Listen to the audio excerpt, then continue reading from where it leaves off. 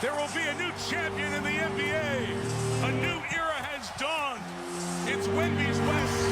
The Spurs are going to the NBA Finals. The San Antonio Spurs have defeated the Oklahoma City Thunder in Game 7 of the Western Conference Finals. And whether this was a surprise or not, this is still genuinely one of those moments that feels bigger than just one series.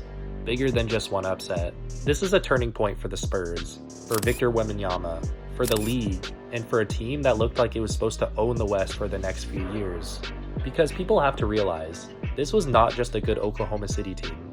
This was one of the best regular season teams ever. This Thunder team finished with the 8th best net rating in NBA history, and now they are only the second team inside the top 10 in regular season net rating to not win an NBA championship. So the question is pretty simple. Well, to understand what happened in Game 7, you have to go back before the playoffs ever started, because it wasn't just the playoffs. The seeds were laid during the regular season. San Antonio did not just beat Oklahoma City, they obliterated them. The Spurs went 4-1 against the Thunder in the regular season, and that alone should have been weird enough, because over 82 games, OKC clearly was a machine. One of the best regular season teams in NBA history, this was a team that could score with anyone and defend better than almost everyone. But against San Antonio, this machine somehow met its perfect match. Per NBA.com, in the 2025-2026 NBA season, the average offensive rating was 114.8 and defensive rating is about 114.7. OKC had an offensive rating of 117.6 on the season, which dropped to 109.6 against the Spurs, while their defense, which was one of the best in the league, went from allowing 106.5 points per 100 possessions to 115.4. And finally, their net rating went from 11.1 on the season to negative 5.8 against San Antonio. That is a significant drop.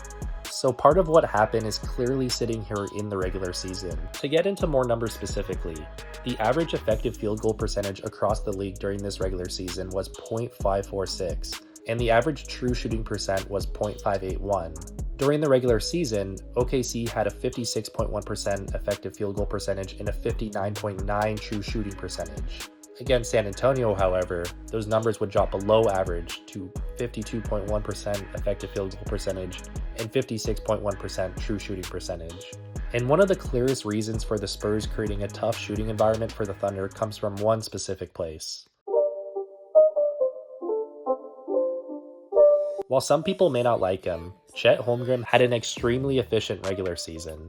He shot 61.4% in effective field goal percentage and 65.3% in true shooting. For a player who protects the rim, spaces the floor, and finishes inside, this is exactly what makes him so valuable and is one of the reasons Oklahoma City is so hard to play against. But against San Antonio, those numbers did not just dip, they fell off a cliff. Chet's EFG percentage dropped from 61.4% to 39.8% against the Spurs. His true shooting dropped from 65.3% to 52.4%. That is important because Chet is supposed to be one of OKC's matchup answers for Wemby. And as we could see, this was not the case. His usage dropped from 21.4% on the season to 16.6% against San Antonio. His offensive rebounding percentage dropped from 6.7% to 2.2%, so Chet was less involved, less efficient, and less able to create extra possessions. And of course, on the other side of this, you have the crazy thing about Wemby in these games is that he was just consistent. He didn't really have any extravagant games. During the regular season, Wemby had a 56.9% effective field goal percentage, and against OKC, it was still 56.9%. His true shooting was 62.6% on the season, and once again against OKC, it was also 62.9%. So if San Antonio's golden boy is still operating at his normal level, and also dragging away the supposed answer to OKC's problem, then the Spurs have already won one of the most important battles in the series. And this is why setting this context of the regular season matters. Because by the time we now get to the playoffs, the question was not, can San Antonio still beat Oklahoma City? They already had. They had the blueprint from the regular season. However, you may be surprised to know that once the series became about adjustments, those problems during the regular season not only persisted, but they got worse. Of course, in the playoffs overall, Oklahoma City was still an elite team. They had a 117.5 offensive rating, 110.8 defensive rating, and a plus 6.7 net rating, sweeping their way to the conference finals. But against San Antonio, that changed again. Their offensive rating dropped from 117.5 in the playoffs to 108.1 against the Spurs. Their net rating went from plus 6.7 to negative 4.5.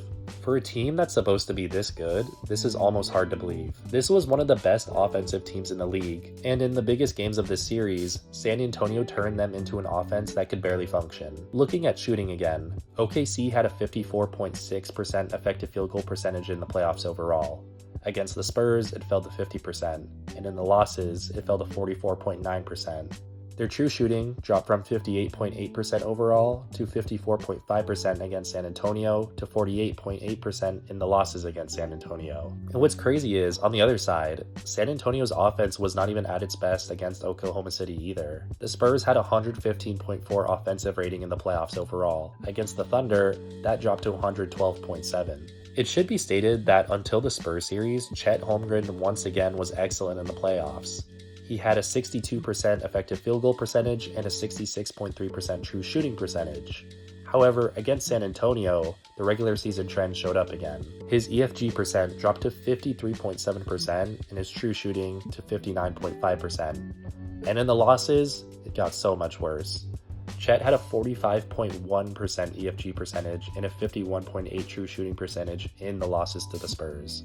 Hell, in Game 7, he only shot the ball 2 times. The Spurs knew they had the advantage in the front court. In the playoffs overall, Wemby played 32.5 minutes per game, but against Oklahoma City, that jumped up to 37.7 minutes per game. The Spurs knew where their advantage lay, and took advantage of Wemby outclassing Chet. And even with the heavier workload, his true shooting against Oklahoma City was still 61.6%. His turnover ratio actually improved against the Thunder as well.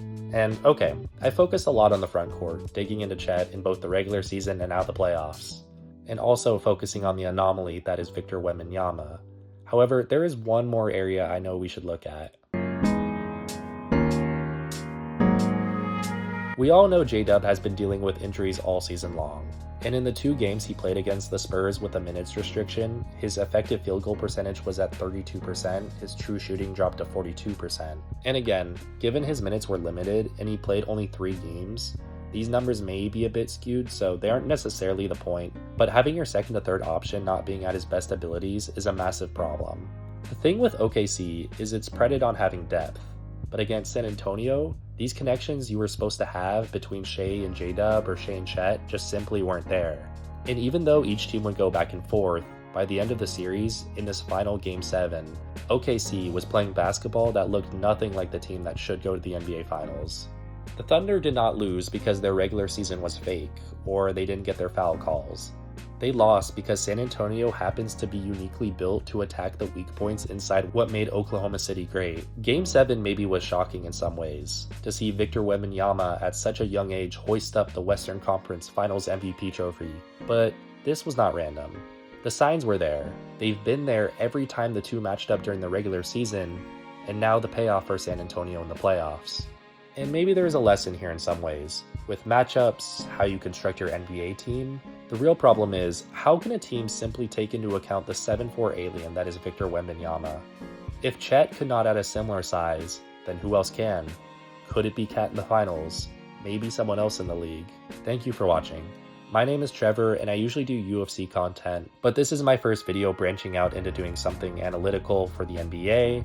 I'm still debating whether to start a new channel with basketball stuff or just keep all the sports on the main channel here. So make sure to like and subscribe. Make sure to comment down below if I should make that second channel or not. And yeah, I'll see you guys in the next video.